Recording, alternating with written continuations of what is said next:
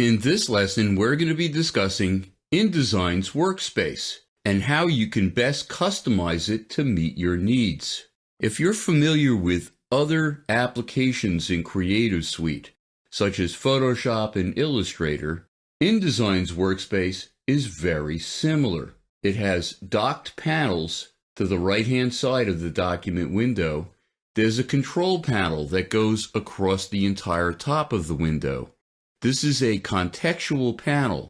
That means that depending on what tool or kind of object you have selected, the options in the panel will be totally different. There's been a lot of changes in the workspace in InDesign CS6. In the Tools panel, there are actually some new tools that we'll be talking about. And if you take a look at the docked panels, you can see that the names are no longer in all caps. They're in title case. And also, they take up less room in the width. So, if the panels are taking up less room, I have more room to see my layout in a larger size. So that's a good thing. If you're new to InDesign, chances are you're using the Essentials workspace. There are not very many panels here, so there's not a lot you can do without having to open other panels under the window menu. Why don't we go to Typography? If you click down on Essentials and choose Typography, you'll see that a lot of your type formatting features are now available. And if I were working on a print document, chances are I would want to start with the typography preset workspace and customize it from there. Why don't we do that? If you go under your window menu, why don't you go to Object and Layout, Align. There's a good possibility that I'll have to align the objects in my layout, so I might need the Align panel. To add it to my workspace, I'm going to click at the top of the group panels and drag it to an insert point. It will be added to the docked panels wherever I see that insert line. I'm going to add it underneath my character and character styles group. And you can see it's been added to the bottom of the docked panels. Maybe I also want to add Mini Bridge. I'm going to go into my window menu to Mini Bridge and then drag from the tab of the panel underneath the group that contains Align and Pathfinder and let go. If I wanted to save this as my print workspace, my own custom print workspace, I could go under the workspace pop-up and go to New Workspace. And I could name my workspace. This would capture the panel locations and any menu customization. I'm going to hit cancel instead, but if I didn't, it would be added to the top of that pop-up.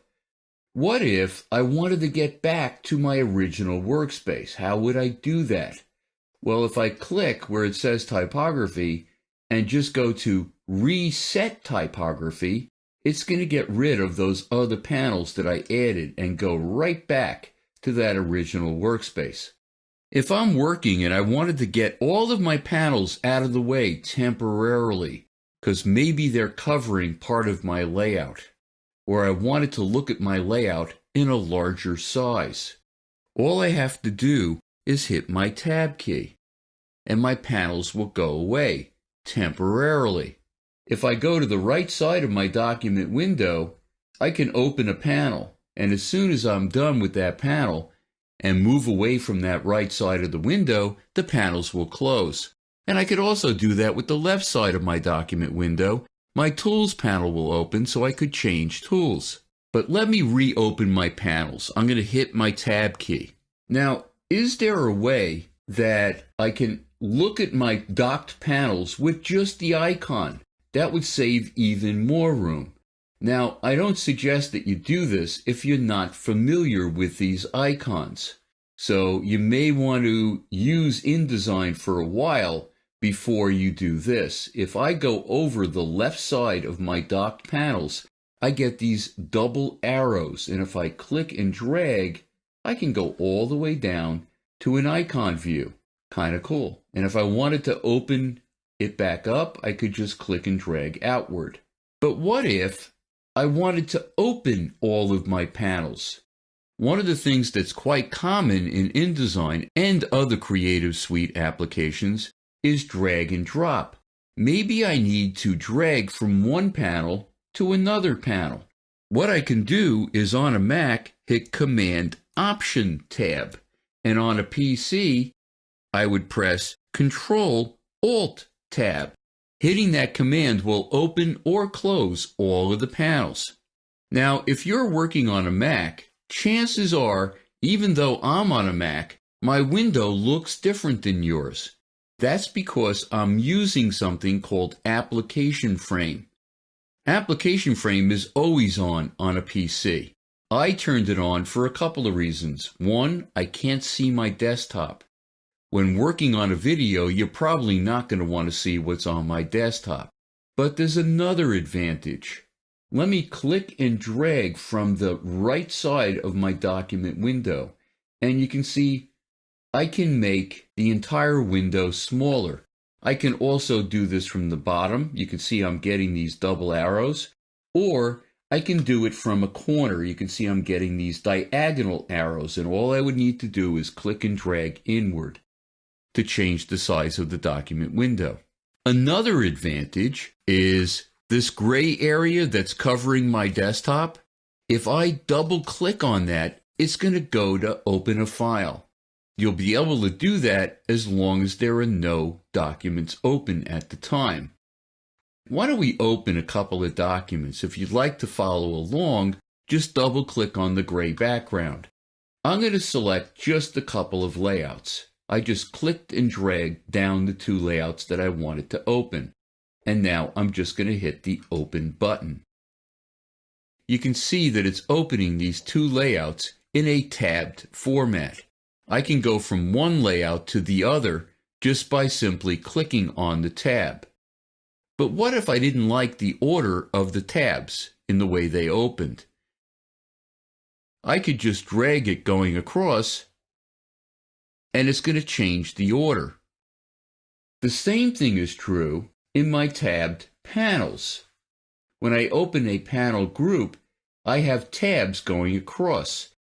If I wanted to arrange these tabs differently, let's say so that layers came first before pages, I could do that very easily.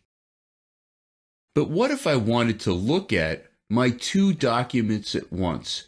Maybe I wanted to compare them for some reason. Well, there's a pop-up above the control panel that is Arrange Documents, and if I click down on that, I can choose two up side by side in either a horizontal format or a vertical format. Let me choose this one, and you can see that the two of them are side by side. So I can compare them, or even show my client two different layouts at the same time. That's really kind of cool. Well, we're going to continue talking about the workspace and other InDesign basics in upcoming lessons.